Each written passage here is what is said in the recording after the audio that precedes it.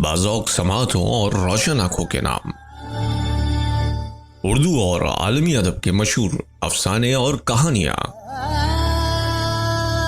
मैं हूँ आपके साथ फैसल सईद ज़रग़ाम।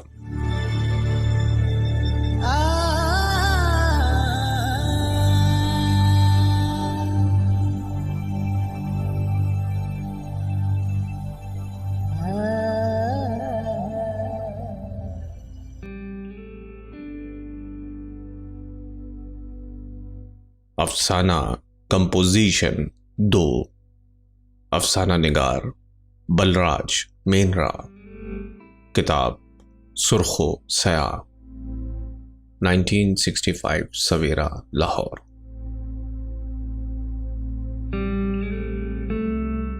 आप लोग मुझे जानते हैं, पहचानते नहीं। पहचानने का तो सवाल ही पैदा नहीं होता कि आप लोगों ने मुझे देखा नहीं है और आप मुझे कभी देखेंगे भी नहीं। अगर मैं आपके सामने आ जाऊं, मुमकिन है आप में से कुछ लोग भड़क जाएं और मुझे अदमुआ कर दें। मेरा काम ही ऐसा है। आप वजारत खारजा में क्लर्क हैं और आप टाइम्स ऑफ इंडिया के नामानिगार हैं। आप कभी दिल से और कभी बददिली से काम करते हैं। आप ही के कुछ भाई कब्रें खोदते हैं, कुछ मुर्दे जलाते हैं, कुछ फांसी देते हैं। कब्रें खोदना, मुर्दे जलाना और फांसी देना काम है, और ये काम किसी ना किसी को करना है, ये आप जानते हैं। और उन लोगों को मुंह बनाकर या बुरी नजरों से देखते हुए आप कबूल कर लेते हैं। आप उन्हें पहचानते हैं। वो आपके सामने आ भी जाएं, आप भड़केंगे नहीं और उन्हें मारेंगे भी नहीं। मुमकिन है आप मुंह फेर कर रास्ता बदल लें। मेरी जान बड़ी मुश्किल में है। आप लोग मुझे जानते हैं, पहचानते नहीं। आप लोगों को मुझ पर गुस्सा है, लेकिन आप सोचते क्यों नहीं मैं क्या कर सकता हूं। मेरा काम ही ऐसा है। भरी बरसात में, झुलसती गर्मी में, ठिठरती सर्दी में और हंसते खेलते इटखेलियां करते मौसम में, वादियों में, वीरानों में, जंग के मैदानों में, अस्पतालों में, सोने चांदी के घरों में, घास फूस की झोपड़ियों में, सुबह शाम हर घड़ी चंद लम्हों की उम्र के बच्चों को, 17 साल की महवे ख्वाब लड़की को, 25 साल के कड़ियल जवान को, 80 साल से बुढ़े कुसट को, शराफत के मुजस्समे को, कमीनगी के पुतले को, भोले भाले को, चालाक को, मैं मौत का फरिश्ता हूं। मैं हर किसी के पास जाता हूं और उसे ले आता हूं। मुझे आप जानते हैं, पहचानते नहीं। जिंदगी में जो काम आपके जिम्मे लगा है, आप उस काम में कुछ ना कुछ लज्जत तो जरूर पाते होंगे। जो काम मेरे जिम्मे है, अब के आपसे पहली बार और शायद आखिरी बार बात करने का मौका मिला है। कह दूं, जो काम मेरे जिम्मे है उसमें बेपनाह लज्जत है। अब यही देखिए ना, इस लज्जत का भला कोई अंत है कि नाजी डिक्टेटर हिटलर हो या हिंदुस्तानी जमहूरियत पसंद Nehru, film star James Dan हो या कालू भंगे, सब मेरे साथ चुपचाप चल पड़ते हैं। आज पहली बार आप लोगों से बात कर रहा हूं। क्यों? आप मेरी बात तवज्जो से सुन रहे हैं। आप मेरी बात तवज्जो से सुनने पर मजबूर हैं। क्यों? आप खौफजदा हैं। आपका खौफ बेमाने है। मैं आपको यकीन दिलाता हूं कि जितने लोग यहां बैठे हैं उनमें से किसी की मौत अभी करीब नहीं है। आप लोगों में से कोई भी बिना किसी खौफ के, मेरी बात सुने बिना यहां से उठकर जा सकता है। आपने अनगिनत लोगों की बुरी भली तकरीरें सुनी हैं। कभी आपने जी से तकरीरें सुनी हैं और कभी मजबूरन। मैं सब जानता हूं। मैं कोई तकरीर नहीं झाड़ना चाहता, मैं आपसे बात करना चाहता हूं। मेरी जान मुश्किल में है। आप लोगों का अलमिया यह है कि पैदा होते ही आपकी जबान पर दराजिए उम्र का कलमा होता है। यही वजह है कि जब आपका कोई दोस्त, अजीज या रिश्तेदार उठ जाता है, आप लोग रोने पीटने गम मनाने का इतना बड़ा आडंबर रचाते हैं कि ताज्जुब होता है। एक आदमी उम्र भर बोझ उठाता है और फिर एक सर्द रात अकड़ जाता है, और एक आदमी 17 साल राज सिंहासन पर बैठता है और फिर एक गर्म दिन लुढ़क जाता है। ठीक है, दोनों ने अपना अपना काम किया और चल दिए। इसमें रोने पीटने या जल से जुलूस निकालने की क्या बात हुई? किसी भी आदमी की पहचान उसका मरना नहीं, उसका जीना होती है। और यह कि आप लोगों को जीने की ख्वाहिश नहीं होती, मरने का गम होता है। मेरा काम आसान हो जाता है। मैं ये कहना चाहता हूं कि मैं अपने काम पर शर्मसार नहीं होता। मेरी जान मुश्किल में है। बात यह है, आप लोग अक्सर मौत की आहट, मौत के कदमों की चाप की बात करते हैं। क्या आपको मेरे कदमों की चाप सुनाई देती है? यह आपका वाहिमा है। यह तो सही है कि मैं दिन रात आप लोगों के दरमियान घूमता फिरता हूं। आपकी आंख लगी हो या खुली हो, मैं आपके पास बैठा रहता हूं। बाज औकात आपको छूकर गुजर जाता हूं। ना तो आप मेरे कदमों की चाप सुन पाते हैं, ना मेरे सांस महसूस कर पाते हैं, लेकिन आप मेरी मौजूदगी से खाइफ रहते हैं। क्यों? मेरी जान मुश्किल में है। बात यह है कि अपनी बात कहने के लिए कितना बड़ा आडंबर रचाना पड़ता है। अब यही देखिए ना कि मुझे अपनी बात कहने के लिए कितना बड़ा आडंबर रचाना पड़ा है। बात यह है कि आपने जिंदगी में कितनी स्याही देखी है। मेरा काम स्याह है। बात यह है कि एक आदमी मेरी मुश्किल बन गया है। उस आदमी की कुल कायनात एक कमरा है। एक कमरा क्या है, अब क्या कहूं।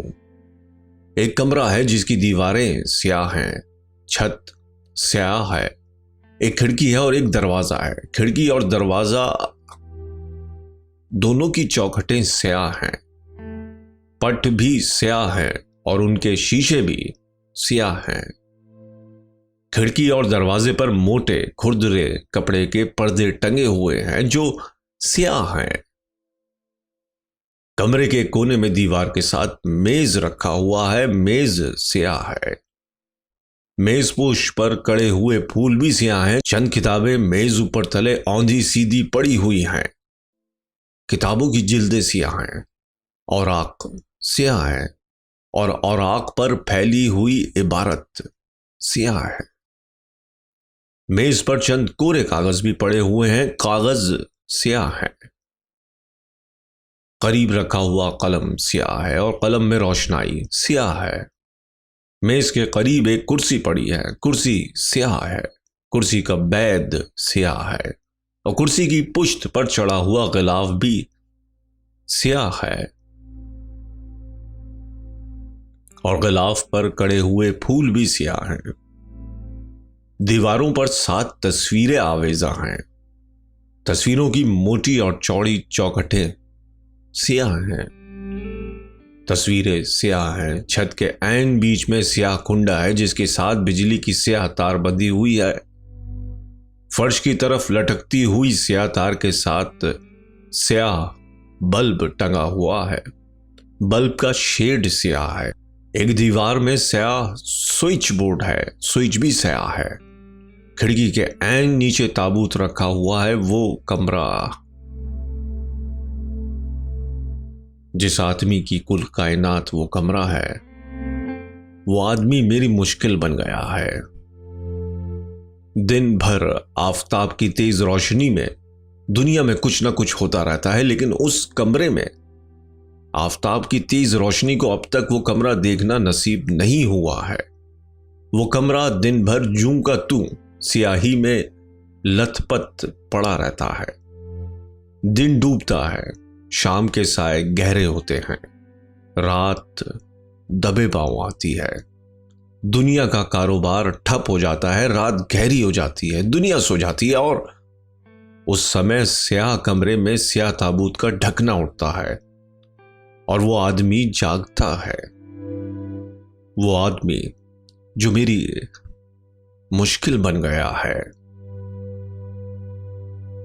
वो आदमी जागता है, अंगड़ाइयां तोड़ता है, उसका बदन चटकता है और फिर वो स्विच ऑन करता है। स्याह कमरे में स्याह बल्ब से स्याह रोशनी फूटती पड़ती है और कमरे की स्याही गहरी हो जाती है। उस आदमी का लिबास क्या है? उस आदमी का लिबास एक स्याह चादर है जो उसने साधुओं की तरह ऊपर तले लपेट रखी है। पाँव में स्याह चप्पल है और आंखों पर स्याह फ्रेम और स्याह शीशों वाली ऐनक। उस आदमी की कुल कायनात स्याह है। वो चंद लम्हे एक तस्वीर के सामने खड़ा होता है और फिर दूसरी तस्वीर के सामने और फिर तीसरी के, और इसी तरह तस्वीरें देखने के बाद कुर्सी में धंस जाता है और स्याह इबारत लिखता है। वो स्याह इबारत क्या है, क्या कहूं? बहुत रात गए तक वो लिखता रहता है। स्याह कमरे में, स्याह रोशनी में, स्याह लिबास में, स्याह कुर्सी में धंसा हुआ, स्याह मेज पर झुका हुआ एक आदमी जो स्याह कलम से स्याह कागजों पर स्याह इबारत लिखता है। मेरी मुश्किल बन गया है। वो आदमी जिसकी कुल कायनात एक कमरा है जहां दुनिया भर की स्याही सिमट गई है। कमरे के बाहर रात है, कमरे के अंदर स्याही है। जहां बहुत रात गए तक वो लिखता रहता है, स्याही में, खामोशी में।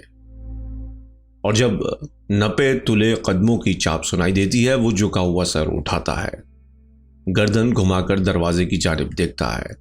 दरवाजा धीमे से खुलता है, पर्दा लरसता है और स्याह साड़ी और स्याह ब्लाउज में लिपटी हुई लंबे सूखे घने स्याह बालों वाली लड़की नजर आती है। लड़की धीमे धीमे कदम उठाती है और बाजू बढ़ाकर उसके उठे हुए सर को बाजुओं में बांध लेती है और फिर उसकी पेशानी चूमती है, फिर गाल और फिर होंठ, और फिर वो बेतहाशा उसे चूमती है और फिर सिसकते सिसकते रोने लगती है।